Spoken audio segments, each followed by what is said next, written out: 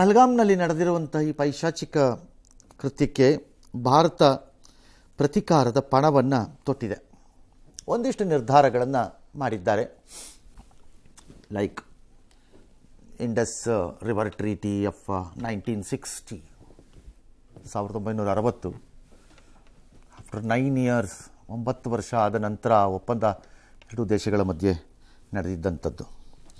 ಅದನ್ನು ಕ್ಯಾನ್ಸಲ್ ಮಾಡೋದು, visa ಕ್ಯಾನ್ಸಲೇಷನ್ಸು, Attari and Wagah ಬಾರ್ಡ್ರನ್ನ ಬಂದ್ ಮಾಡಿಬಿಡೋದು, ಇದೆಲ್ಲ ತೀರ್ಮಾನ ಮಾಡಿದ್ದಾರೆ. That's one side. ಇನ್ನೊಂದು ಕಡೆ ಪ್ರಧಾನಮಂತ್ರಿಗಳು ಹೇಳ್ತಾರೆ, ಇವರು ಯಾವ ಬಿಲದಲ್ಲಿ ಅಡಗಿದ್ರೂ ಸರಿ ಅವ್ರನ್ನ ಹೊರಕ್ಕೆ ಎಳಕೊಂಬಂದು ಹೊಡಿತೀವಿ. ಇವರು ಅಂದರೆ ಉಗ್ರರು ಊಹೆಯನ್ನು ಮಾಡದಂತಹ ಶಿಕ್ಷೆಯನ್ನು ಅನುಭವಿಸ್ತಾರೆ ಅಂತ ಪ್ರಧಾನಿ ಇವತ್ತು ಬಿಹಾರದಲ್ಲಿ ಒಂದು ಕಾರ್ಯಕ್ರಮ ಇತ್ತು, ಪಂಚಾಯತ್ ರಾಜ್ಗೆ ಸಂಬಂಧಪಟ್ಟಂತೆ, ಅದರ ಭಾಷಣದಲ್ಲಿ ಹೇಳ್ತಾರೆ. ಹಾಗೆ ನೋಡಿದ್ರೆ ಭಾರತದ ಪ್ರಧಾನಿಗಳು ಇಡೀ ಕಾರ್ಯಕ್ರಮದಲ್ಲಿ ಸೇರಿದ ಸಾವಿರಾರು ಜನರನ್ನು ನಿಲ್ಲಿಸಿ ಸುಮಾರು 1 ನಿಮಿಷದ ಮೌನವನ್ನು ಮೌನಾಚರಣೆ ಮಾಡ್ತಾರೆ. ನಂತರ ತಮ್ಮ ಭಾಷಣದಲ್ಲಿ ಹೇಳ್ತಾರೆ, ಬಿಹಾರದ ಮಣ್ಣಿನಲ್ಲಿ ನಿಂತು ಇಡೀ ಪ್ರಪಂಚಕ್ಕೆ ಹೇಳ್ತಾ ಇದ್ದೀನಿ, ಪ್ರತಿಯೊಬ್ಬ ಭಯೋತ್ಪಾದಕ ಸಂಚುಕೋರನನ್ನು ಪತ್ತೆ ಹಚ್ತೀವಿ, ಅವನು ಎಲ್ಲಿದ್ದಾನೆ ಅಂತ ಗುರುತು ಹಾಕಿ ಹೆಕ್ಕಿ ತೆಗಿತೀವಿ, ನಂತರ ಅವನನ್ನು ಈ ಭೂಮಿಯ ಕೊನೆಯವರೆಗೂ ಅಟ್ಟಿಸ್ಕೊಂಡು ಹೋಗ್ತೀವಿ. We will go till the end of the earth ಅಂತ ಹೇಳ್ತಾರೆ. ಮೋದಿ ಮಾತಿಗೆ ಬೆಂಬಲ ವ್ಯಕ್ತಪಡಿಸಿರೋ MIM ಮುಖ್ಯಸ್ಥ, do not trust this fellow. I don't know why these people are given importance. ನಮ್ಮ ದೇಶದಲ್ಲಿ ಕೆಲವು ಪುಡಿ ರೌಡಿಗಳಿವೆ. ಈ ಪುಡಿ ರೌಡಿಗಳಿಗೆ ಜಾಡಿಸು ಒದ್ರೆ ಅಳಕ್ಕೆ ಅವ್ರ ಮನೆ ಇರೋ ಬೀದಿನಲ್ಲಿರೋ ನಾಯಿನೂ ಬರಲ್ಲ. ಆದರೆ ಅವ್ರು ಆಡೋ ರೀತಿ ನೋಡಿಬಿಟ್ರೆ ಅವ್ರ ನಾಯಕತ್ವದ ಸ್ಟೈಲನ್ನು ಡೆಲ್ಲೀಲಿ ಕೂತ್ಕೊಂಡು ಅಪಾಪ ನಾಳೆ ದೇಶನೇ ತಮ್ಮ ಮುಷ್ಟಿಲಿ ಹಿಡಿದು ಬಿಡ್ತಾರೆ ಅನ್ನೋ ಥರ ಆಡ್ತಾರೆ. ಬರೀ ಪೊಗರ್ ನಾಯಕರುಗಳೇ ಜಾಸ್ತಿ ನಮ್ಮ ದೇಶದಲ್ಲಿ. ಬರೀ ಪೊಗರ್ ನಾಯಕರುಗಳು ಏನೂ ಮಾಡ್ಕೊಳ್ಳೋಕ್ಕಾಗದೆ ಇದ್ದವು ಏನೇನೂ ಮಾಡಿಬಿಡೋ ಥರ ಮಾತಾಡ್ತಾರೆ. ಕರ್ನಾಟಕದಲ್ಲೂ ಇದ್ದಾರೆ. ಈ ಮಧ್ಯೆ ಉಗ್ರರ ಪಾಲಿನ ಸ್ವರ್ಗ ಪಾಕಿಸ್ತಾನಕ್ಕೆ ಭಾರತ ತನ್ನ ಎಚ್ಚರಿಕೆಯನ್ನು ರವಾನಿಸಿದೆ. ಆಗಲೇ ಹೇಳಿದೆ, ಹಲವಾರು ನಿರ್ಧಾರಗಳ ಮೂಲಕ. ಸರಿ, ಎಚ್ಚರಿಕೆಯ ಜೊತೆ ಏನಾಗ್ತಾ ಇದೆ? ಇದೆಲ್ಲ ರಾಜತಾಂತ್ರಿಕವಾಗಿ ನಡೆಯುತ್ತಿರುವಂತಹ ಕೆಲಸಗಳು. Whether it's an Indus treaty, Indus water treaty.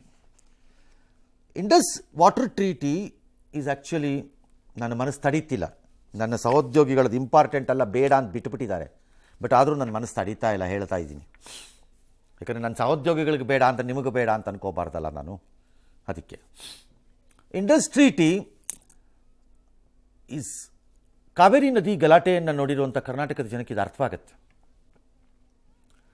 Upper ರೀಚಸ್ಸು ಮತ್ತು ಲೋಯರ್ ರೀಚಸ್, ಅಪ್ಪರ್ ರೈಪ್ಯಾರಿಯನ್ ಸ್ಟೇಟ್ಸು ಮತ್ತು ಲೋಯರಲ್ಲಿ ಭಾರತದ ಮೂಲಕ ಹರಿದು ಹೋಗುವಂತಹ ನದಿಗಳು ಎಲ್ಲ ರಾವಿ, ಬ್ಯಾಸ್ ಮತ್ತು ಸಟ್ಲೆಜ್ ಒಂದು ಕಡೆಯಿಂದ, ಚೀನಾಬ್ ಸೇರಿದಂತೆ ಇತರೆ ನದಿಗಳು ಇನ್ನೊಂದು ಕಡೆಯಿಂದ. They are called eastern and western rivers. Technically east west ಕಡೆಯಿಂದ ಹರಿಯೋದಲ್ಲ, ಮೇಲೆ ಕೆಳಗೆ ಹರಿಯುತ್ತಿರುವ ಉಪನದಿಗಳ ಸಮೇತವಾಗಿ ಕಣಿವೆಗಳನ್ನು ನಾವು ಪಶ್ಚಿಮ ಮತ್ತು ಪೂರ್ವ ದಿಕ್ಕು ಹರಿಯುವ ನದಿಗಳು ಎಂದು ವಿಂಗಡಿಸ್ಕೊಟ್ಟಿದ್ದೇವೆ.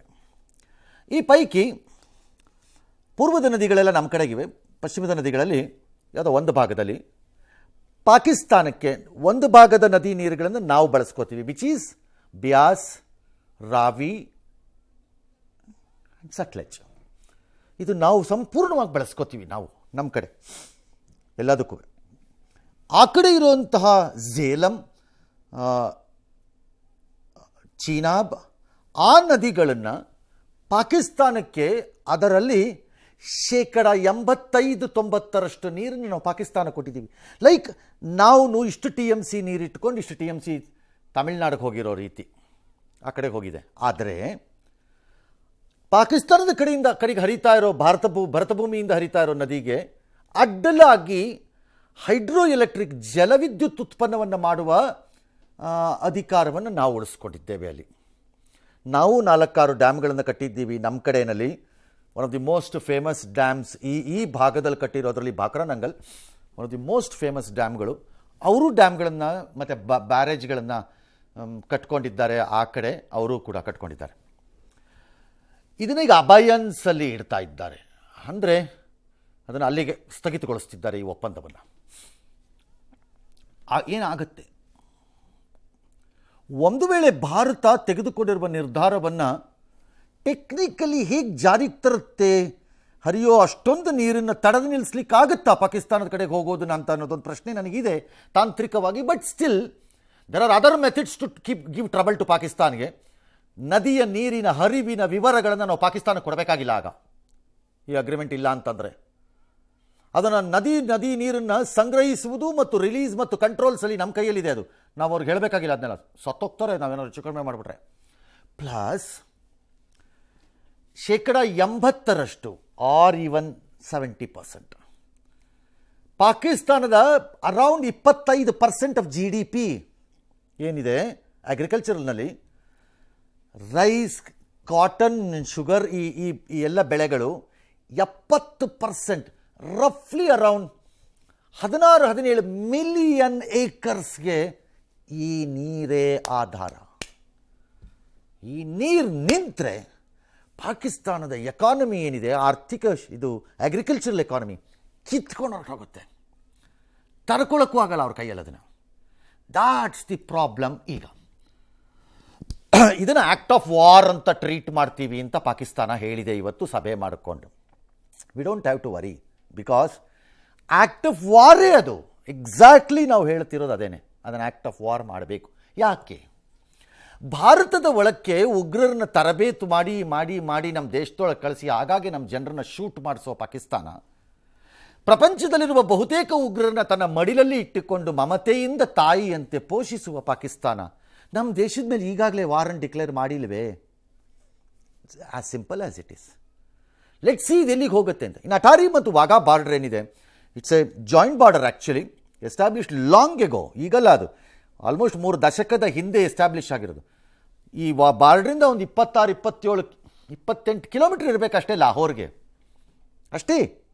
ಗೇಟಿಂಗ್ ತೆಗೆದ್ರೆ ದಾಟಿದ್ರೆ ಒಂದು 28-30 ಕಿಲೋಮೀಟರ್ ದಾಟಿದ್ರೆ ಲಾಹೋರ್ ಬಂದುಬಿಡುತ್ತೆ. ಅದಕ್ಕೆ ಹಳೆ ಜೋಕುಗಳು.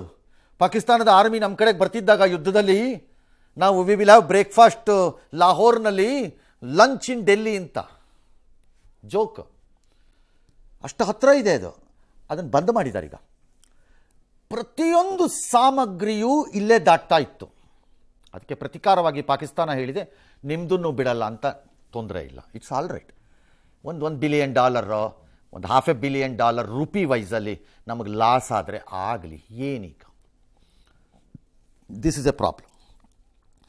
ಪಾಕಿಸ್ತಾನ್ ನಾನೇನೋ ಪ್ರತಿಕ್ರಿಯೆಯನ್ನು ಕೊಟ್ಬಿಡ್ತೀನಿ ಅಂದ್ಕೊಂಡು ಯಾವುದೋ ಒಂದೆರಡು ಮಿಸೈಲ್ ಟೆಸ್ಟ್ ಮಾಡ್ತೀವಿ ಕರಾಚಿ ಹತ್ರ ಅಂತ ಹೇಳ್ಕೊಂಡಿದ್ದಾರೆ. ಮಾಡಿಕೊಳ್ಳಿ. Bharat army, navy and air force ಮೂರುವೇ ತನ್ನ ತಯಾರಿಗಳನ್ನು ಮಾಡ್ಕೋತಾ ಇದೆ. ಯಾತಕ್ಕೆ ಗೊತ್ತಿಲ್ಲ. We have no idea. So diplomatically, ರಾಜತಾಂತ್ರಿಕವಾಗಿ ಉತ್ತರವನ್ನು ಕೊಡ್ತಾ ಇದೆ ಭಾರತ. ವಾಣಿಜ್ಯ, ಆರ್ಥಿಕ ದೃಷ್ಟಿಕೋನದಲ್ಲಿ ಉತ್ತರವನ್ನು ಕೊಡ್ತಾ ಇದೆ ಭಾರತ. ಈಗ ಉಳ್ಕೊಂಡಿರೋದು ಮಿಲಿಟರಿ ವೈಸ್ ಉತ್ತರವನ್ನು ಕೊಡುವುದು. ಅದನ್ನೇ ಭಾರತ ಕಾಯುತ್ತಿರುವುದು. ಯಾವ ರೀತಿ ಕೊಡ್ತೀವಿ? ಅಲ್ಲಿ ಯಾರು ಹೇಳಿದ್ದಾರೆ, ಹಮಾಸ್ ರೀತಿ ಬಂದು ಕೊಂದರು, ಅಲ್ಲಿ ಬಂದಿದ್ದು ಉಗ್ರರು, ID ಕೇಳೋದು, ಇದೆಲ್ಲ ಹಮಾಸ್ ರೀತಿ. Fair enough. ಇದನ್ನು ನಾವು ಒಪ್ಕೊಳ್ಳೋಣ. ಆ ಹಮಾಸ್ ಪದ್ಧತಿಯನ್ನು ನಾವು ಅದನ್ನೇ ಪಾಲನೆ ಮಾಡೋಣ.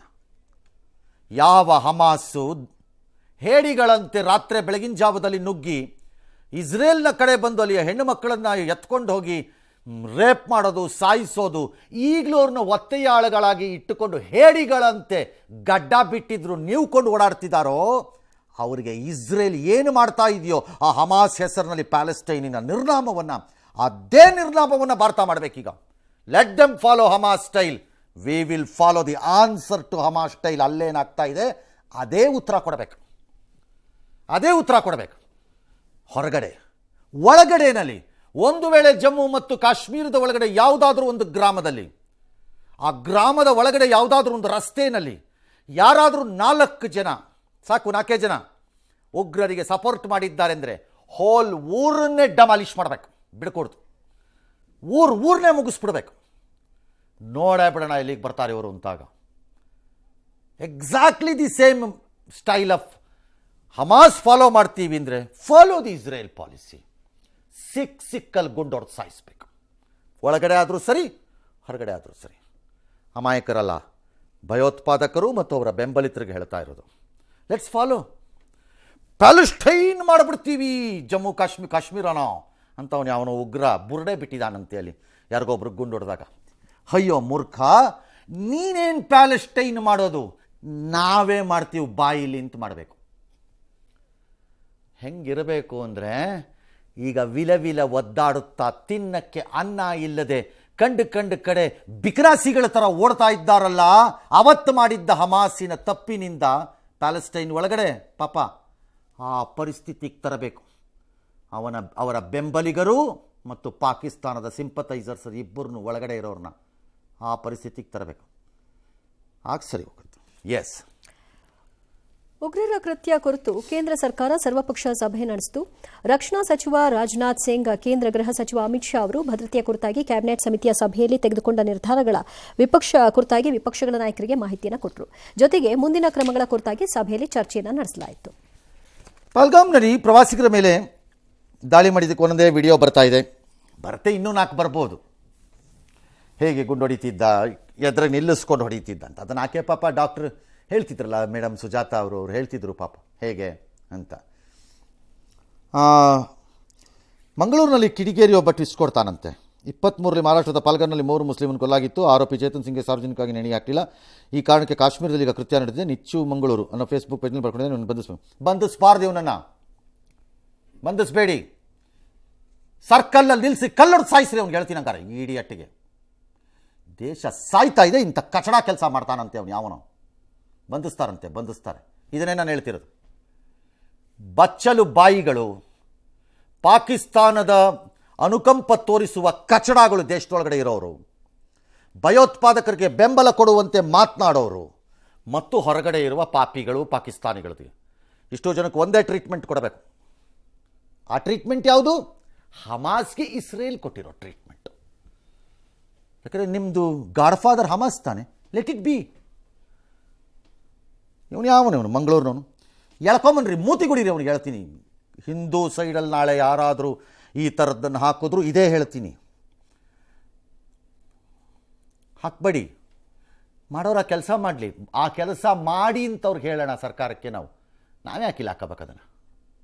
ಎಸ್, ಇನ್ನು ಪಹಲ್ಗಾಮ್ನಲ್ಲಿ ಇದಾಗಿದ್ದರಿಂದ 26 ಮಂದಿ ಬಲಿಯಾದರು. ಘಟನೆ ಬಗ್ಗೆ ಪ್ರತ್ಯಕ್ಷದರ್ಶಿಗಳು ಮತ್ತಷ್ಟು ವಿಚಾರಗಳನ್ನು ಹಂಚಿಕೊಂಡಿದ್ದಾರೆ. ಅದರ ವಿವರಗಳು ಹೀಗಿದೆ. ಇನ್ನು ಹುಲ್ಗಾವ್ಲಲ್ಲಿದ್ವಿ, ಬಂದರು 3 ಜನ ಉಗ್ರರು, ಬಂದೂಕುಗಳ ಜೊತೆ ಬಾಡಿ ಕ್ಯಾಮ್ರಾಗಳನ್ನು ಧರಿಸಿದ್ರು, ಶೂಟಿಂಗ್ ಮಾಡ್ತಿದ್ರು. ಅವರು ಮಕ್ಕಳು ಆಟ ಆಡ್ತಿದ್ರೆ ಪೋಷಕರೆಲ್ಲ ಪಾಪ ಬೇಲ್ಪುರಿ ತಿನ್ಕೊಂಡು ಕೂತಿದ್ರು. ನೋಡಿ ಇವ್ರು ಯಾಕೆ ಹತ್ರ ಬಂದರು ಅಂದ್ಕೊಂಡ್ರು. ಭಾಳ ಜನ ಏನು ಅಂದ್ಕೊಂಡಿರ್ತಾರೆ, ಅವ್ರು ಡ್ರೆಸ್ ಆಗಿಸೋ ನೋಡಿ ಯಾರೋ ಪೊಲೀಸ್ನವರೋ ಆರ್ಮಿನವರೋ ಬಂದಿರ್ತಾರೆ ಅಂದ್ಕೊಂಡಿರ್ತಾರೆ. ಅವ್ರಿಗೇನು ಗೊತ್ತಾಗಬೇಕು. ಯಾಕಂದರೆ ಅಲ್ಲಿ ಯಾವುದೋ ಒಂದು ವಿಡಿಯೋಲ್ಲಿ ನೋಡ್ತಿದ್ದೆ.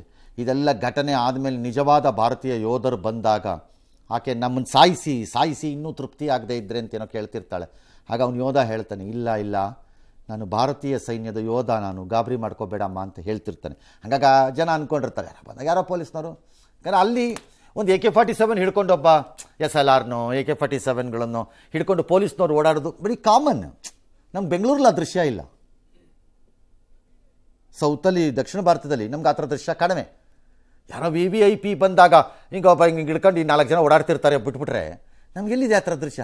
ನಮಗೆ ಭಾಳ ಜಾಸ್ತಿ ಅಂದರೆ ನಮ್ಮ ಸಬ್ ಇನ್ಸ್ಪೆಕ್ಟರ್ಗಳು ತಮ್ಮ ಸೊಂಟದ ಮೇಲೆ ಹಾಕ್ಕೊಂಡು ಓಡಾಡೋ ವೆಪನ್ ಅಪ್ಪ ಭಾಳ ಕಡಿಮೆ. ನಾವಂಥ ವೆಪನ್ಸನ್ನೆಲ್ಲ ನೋಡೋದು ಅಲ್ಲದು ಕಾಮನ್. ಅದು ಮೊದಲು ಗುಂಡಾರಿಸಿದ್ದು 1:50ಕ್ಕೆ ಉಗ್ರರು ಧರ್ಮ ಇಸ್ಲಾಂ ಶೋಕ ಹೇಳೋದು ಅಂತ ಅದೇ ನೆನ್ನೆ ಹೇಳಿದ್ದಂಗೆ. ದೆನ್ ಪ್ರವಾಸಿಗರನ್ನು ಗುರಿಯಾಗಿಸ್ಕೊಂಡು ತಲೆಗೆ ಗುಂಡಿಟ್ಕೊಂಡು ಹೊಡೆಯೋದು. ನನ್ನ ಪ್ರಕಾರ ಈ ಉಗ್ರರು ಸಿಕ್ಕಿದಾಗ ಏನು ಮಾಡಬೇಕು, ಕಾಲಿಂದ ನರ ಕಿತ್ತು, ಕೈಯಿಂದ ನರ ಕಿತ್ತು, ನಾಲಿಗೆನ ತೆಗೆದು ಬ್ಲೈಂಡ್ ಮಾಡಿ ಬಿಟ್ಬಿಡಬೇಕು. ಬ್ಲೈಂಡ್ ಮಾಡಿಬಿಟ್ಟು ಕಣ್ಣು ತೆಗೆದ್ಬಿಟ್ಟು ಬಿಟ್ಬಿಡಬೇಕು, ನಾಲಿಗೆ ತೆಗೆದುಬಿಡ್ಬೇಕು. ಕಾಲಿಂದು ಕೈಯಿಂದ ನರ ತೆಗೆದುಬಿಡಬೇಕು, ಓಡಾಡೋಕ್ಕಾಗಬಾರ್ದು, ಬೀದಿಲಿ ತೆವಲ್ತಾ ಇರಬೇಕು. 10 ನಿಮಿಷದಲ್ಲಿ 26 ಜನನ ಕೊಂದು ಕಾಡನ್ನೆಲ್ಲ ಅದೃಶ್ಯವಾಗಿದ್ದಾರೆ. ಅರ್ಧ ಗಂಟೆ ಬಳಿಕ ಪೊಲೀಸರಿಗೆ ಸಂದೇಶ ರವಾನೆ. ಹೀಗೆ no idea. It's all right. ಹೋಗಿದ್ದ ಪ್ರವಾಸಿಗರಿಗಂತೂ ಗಾಬರಿ, ಗೋಜಲು, ಗೊಂದಲ ಎಲ್ಲ. ಅಲ್ಲಿದ್ದ ಲೋಕಲ್ಸ್ಗಾದರೂ ಇದೆಲ್ಲ ಅನುಭವ ಅಥವಾ ಇದನ್ನೆಲ್ಲ ಕೇಳಿರೋದು ನೋಡಿರೋದು ಉಂಟವರು. ಅವ್ರಿಗಾದರೂ ಗೊತ್ತಾಗಿ ಯಾರು ಇಮಿಡಿಯೇಟ್ ನೆಕ್ಸ್ಟ್ ಮಿನಿಟಲ್ಲಿ ಅದನ್ನು ಮೆಸೇಜ್ ರವಾನೆ ಆಗಬೇಕಲ್ವಾ. ಒಂದು ವೇಳೆ ಆಗಿದ್ದರೆ ಅರ್ಧ ಗಂಟೆ ಮುಕ್ಕಾಲು ಗಂಟೆ ಬರೋಷ್ಟು ದೂರದಲ್ಲಿದ್ರಾ ಗೊತ್ತಿಲ್ಲ. ಮಧ್ಯಾಹ್ನ 3 ಗಂಟೆ ಮೇಲೆ ಬಂದಿದ್ದಾರೆ. ಕೆಲವರು ಹೇಳುತ್ತಿರೋದು ಅಪ್ಪಿ ತಪ್ಪಿ ಪೆಹಲ್ಗಾಮಲ್ಲಿ ಒಂದು ಒಳ್ಳೆಯ ಆಸ್ಪತ್ರೆ ಇದ್ದಿದ್ದಾರೆ, ಈಗೇನೋ ಕಟ್ತಾ ಇದ್ದಾರಂತೆ, ಇದ್ದಿದ್ದಾರೆ, ಒಂದು ಡಿಸ್ಪೆನ್ಸರಿ ಟೈಪ್ ಇತ್ತಂತೆ, ಅದು ಬಿಟ್ಟು ಒಂದು ಒಳ್ಳೆಯ ಹಾಸ್ಪಿಟ್ಲ್ ಏನಾರು ಇದ್ದಿದ್ದರೆ ಈ 26 ಜನ 24 ಜನ ಏನು ಸತ್ರು ವುಡ್ ಹ್ಯಾವ್ ಬಿನ್ ಅರೌಂಡ್ 8-10 ಇರ್ತಿತ್ತು. ಕೆಲವ್ರನ್ನ ಬದುಕಿಸ್ಕೊಂಡ್ಬಿಡ್ಬೋದಾಗಿತ್ತು. That's all right. ಅದನ್ನು ಸರ್ಕಾರಗಳು ಯಾವ್ಯಾವ ಕಾಲದಿಂದ ಮಾಡಿಲ್ವೋ ಬಿಟ್ಟಿಲ್ವೋ, ಈಗ ಅದನ್ನು ಬೈದರೂ ಪ್ರಯೋಜನ ಇಲ್ಲ. ಲೋಕಲಲ್ಲೂ ಯಾರೂ ಅದನ್ನು ಬೈತಾ ಇಲ್ಲ. ಬಟ್ ಇದ್ದಿದ್ದರೆ ಅಂತ ಹೇಳ್ತಿದ್ದಾರೆ. ನನಗೆ ಆಶ್ಚರ್ಯ ಆಸ್ಪತ್ರೆದಲ್ಲ, ನನಗೆ ಆಶ್ಚರ್ಯ ಇದು ಪೊಲೀಸ್ನವ್ರದ್ದು. 30 ನಿಮಿಷ ಆದಮೇಲೆ ಅವ್ರು ಬಂದರು ಅಂತನೋ ಅಥವಾ 45 ನಿಮಿಷ ಆದಮೇಲೆ ಬಂದರು, ಅಲ್ಲಿ ಯಾರೂ ಇರಲಿಲ್ಲ ಅಂತನೋ, ಅದು ಆಶ್ಚರ್ಯ. ಎಸ್, ಪಂಜಾಬ್ನ ಫಿರೋಜ್ಪುರ ಸೆಕ್ಟರ್ನಲ್ಲಿ ಅಚಾನಕ್ ಗಡಿರೇಖೆ ದಾಟಿರುವ ಬಿಎಸ್ಎಫ್ ಜವಾನ್ ಪಿಕೆ ಸಿಂಗ್ರನ್ನ ಪಾಕಿಸ್ತಾನ ರೇಂಜರ್ಗಳು ಬಂಧಿಸಿದ್ದಾರೆ. ಯೋಧನ ಬಿಡುಗಡೆಗೆ ಕೇಂದ್ರ ಸರ್ಕಾರ ಪ್ರಯತ್ನವನ್ನು ನಡೆಸ್ತಾ ಇದೆ. ಇನ್ನು ಭಾರತದ ದಾಳಿ ಮಾಡಿದರೆ ನಾವು ಕೂಡ ಪ್ರತಿದಾಳಿ ಮಾಡ್ತೀವಿ ಅಂತ ಪಾಕ್ ರಕ್ಷಣಾ ಸಚಿವ ಖವಾಜಾ ಆಸಿಫ್ ಹೇಳಿದ್ದಾನೆ. ಅಲ್ಲದೆ ಪಹಲ್ಗಾಮ್ ಉಗ್ರ ದಾಳಿಯಲ್ಲಿ ನಮ್ಮ ಕೈವಾಡ ಇಲ್ಲ, ಆರೋಪಕ್ಕೆ ಸಾಕ್ಷಿ ಕೊಡಿ ಅಂತ ಕೇಳಿದ್ದಾನೆ. ಮಾಮೂಲಿಯಂತೆ ಪಾಕಿಸ್ತಾನಕ್ಕೆ ಅದೇ ಕೆಲಸ, ಮಾಮೂಲಿ. ಅದು ನಮ್ದೇನು ತಪ್ಪಿಲ್ಲಪ್ಪ. ಒಸಾಮಾ ಬಿನ್ ಲಾಡನನ್ನು ಇಟ್ಕೊಂಡಿದ್ದೆಲ್ಲೋ ಮೂರ್ಖ ಶಿಖಾಮಣಿ ಅನ್ನೋವಂಥ ದೇಶ ನಿಮ್ಮ ಜೊತೆಲಿರಲಿಲ್ಲ, ನಿಮ್ಮ ಜೊತೆ ಇರಲಿಲ್ಲ. ಹಫೀಜ್ ಸೈಯದನ್ನು ಇಟ್ಕೊಂಡಿದ್ದಿರಲ್ಲ, ಉಗ್ರ ಅಲ್ಲ. ಸತ್ಯ ಹರಿಶ್ಚಂದ್ರನ ಮೊಮ್ಮಗನ ಅವನು, ಆ ಕಚಡ. ಇವನೊಬ್ಬ ಜೋಕರ್ ಪ್ರೈಮ್ ಮಿನಿಸ್ಟರ್. ಇವನು ಈ ಜೋಕರ್ಗೆ ಯಾರೋ ಗುಂಡು ಹೊಡಿತಿಲ್ಲ ಅಲ್ಲಿ, ಆ ಬೆಂಜೀರ್ ಬುಟ್ಟೋಗಿ ಹೊಡೆದಂಗೆ ಅವ್ನಿಗೆ ಹೊಡಿಬೇಕಾಗಿತ್ತು ಫಸ್ಟು. ಇವನಿಗೆ ಆ ಪಾಕಿಸ್ತಾನದ ಆರ್ಮಿ ಚೀಫ್ಗೆ ಪೆಂಟಗಾನ್ನ ಎಕ್ಸ್ ಅಫಿಷಿಯಲ್ ಒಬ್ಬ ಹೇಳ್ತಾನೆ, ಅವನೇ ಭಯೋತ್ಪಾದಕ, ಫಸ್ಟ್ ಅವ್ನಿಗೆ ಹೊಡಿಬೇಕು ಅಂತ. ನಾನಲ್ಲ. ಈಗ ಶಿಮ್ಲಾ ಅಗ್ರಿಮೆಂಟನ್ನು ಈ ಜೋಕರ್ರು ಹಿಂದಕ್ಕೆ ತಗೋತಾನಂತೆ. 1972 ಶಿಮ್ಲಾ. ಫಸ್ಟ್ ಆಫ್ ಆಲ್ ಆ ಶಿಮ್ಲಾ ಅಗ್ರಿಮೆಂಟನ್ನು ಇಂದಿರಾ ಗಾಂಧಿ ಮಾಡಿದ್ದೇ ತಪ್ಪು ನನ್ನ ಪ್ರಕಾರ. Historically I will say it was wrong. ಅವತ್ತೇ we should have finish Pakistan. ಇವತ್ತು ಈ ಪರಿಸ್ಥಿತಿ 2 ಮಿಸ್ಟೇಕ್ ಇಂಡಿಯಾ ಮಾಡಿದ್ದಿದ್ದು. 47ನಲ್ಲಿ it should have been very clear, this is Hindu, this is Muslim ಅಂತ ಕ್ಲಿಯರ್ ಆಗೋಗ್ಬಿಡ್ಬೇಕಾಗಿತ್ತು ಅಲ್ಲೇ. 72ನಲ್ಲಿ ಚಾನ್ಸ್ ಸಿಕ್ಕಿದಾಗ ಬಡ್ದು ಮುಗಿಸ್ಬಿಡ್ಬೇಕಾಗಿತ್ತು. We should have reached Karachi, we should have finished it and we should have divided that country ಇನ್ನೊಂದು ಪೀಸಲ್ಲಿ. ದಾಟ್ ಮಿಸ್ಟೇಕ್ ವಿ ಹ್ಯಾವ್ ಡನ್. ಈಗ ಅದನ್ನು ರದ್ದು ಮಾಡ್ತಾನಂತೆ, ಮಾಡ್ಕೋ ಹೋಗು. ಏನಾಗತ್ತೆ ರದ್ದು ಮಾಡ್ಕೊಂಡ್ರೆ ಅದರಲ್ಲಿ ಏನಿದೆ? ಇವತ್ತಿನ ರಾಜಕಾರಣದಲ್ಲಿ ಪರ್ಟಿಕ್ಯುಲರ್ಲಿ ಕಾಂಗ್ರೆಸ್ ಹಿಸ್ಟ್ರಿ ಮರ್ತುಬಿಟ್ಟು ಮಾತಾಡ್ತೀರಿ. ಹಿಸ್ಟ್ರಿ ಹಿಡ್ಕೊಳ್ಳಲ್ಲ ಮಾತಾಡೋವಾಗ. ಏನು ಮಾಡೋಣ ಅದಕ್ಕೆ, ಸಾಯಕ್ಕೆ. ಏನಿಯೋ ಈಗ ಭಾರತದ ವಿಮಾನಗಳನ್ನು ನಮ್ಮ ವಾಯು ಪ್ರದೇಶದಲ್ಲಿ ಹೋಗೋಂಗಿಲ್ಲ ಅಂತೀರಿ. ಬೇಡ ಬಿಡು, ಏನು ಡೈವರ್ಷನ್ ಆಗತ್ತೆ. ಕೆಲವು ದೇಶಗಳಿಗೆ ಹೋಗೋದು 1-2 ಗಂಟೆ ಕಾಲ ತಡ ಆಗುತ್ತೆ. ಡೆಟೋರ್ನಲ್ಲಿ ಹೋಗ್ತೀವಿ ಅಷ್ಟೇ ತಾನೆ. 3,000, 5,000, 10,000 ಟಿಕೆಟ್ ಕಾಸ್ಟ್ ಜಾಸ್ತಿ ಆಗುತ್ತೆ. ಆಗಲಿ, ಆ ತ್ಯಾಗಕ್ಕೆ ಸಜ್ಜಿಲ್ಲ ಅಂತಿದ್ದವನು ಈ ದೇಶದಲ್ಲಿ ಇರೋದೇ ಬೇಡ. ಬಿಟ್ಟಾಗ ದೇಶ ಅಂದ್ರೆ ಆಯಿತು. ಆ ತ್ಯಾಗಕ್ಕೆ ರೆಡಿ ಇಲ್ಲ ಅಂದವನಿಗೆ ನಮ್ಮದು ಪ್ರೂಫ್ ಕೊಡು. ಅವನು ಯಾವನವನು ಶರದ್ ಪವಾರ್ ಪಕ್ಷದ ಲೀಡರ್ ಅಂತೆ, ಭ್ರಷ್ಟಾಚಾರಕ್ಕೆ ಸಿಕ್ಕಾಕ್ಕೊಂಡು ಹೋಮ್ ಮಿನಿಸ್ಟರ್ ಆಗೋ ಅಥವಾ ಯಾರನ್ನೋ ಕಚಡಗಳನ್ನು ಅರೆಸ್ಟ್ ಮಾಡಿಸಿ ದುಡ್ಡು ತಿಂದಿದ್ದು ಕಂತ್ರಿ ಅವನು ಅಧಿಕಾರ ಕಳ್ಕೊಂಡು ಆಚೆ ಹೋಗಿ ನರಿ ನಾಯಿ ಥರ ಬಿದ್ದಿದ್ದಾನೆ. ಅವನು ಹೇಳ್ತಾನೆ ಪ್ರೂಫ್ ಬೇಕಂತೆ.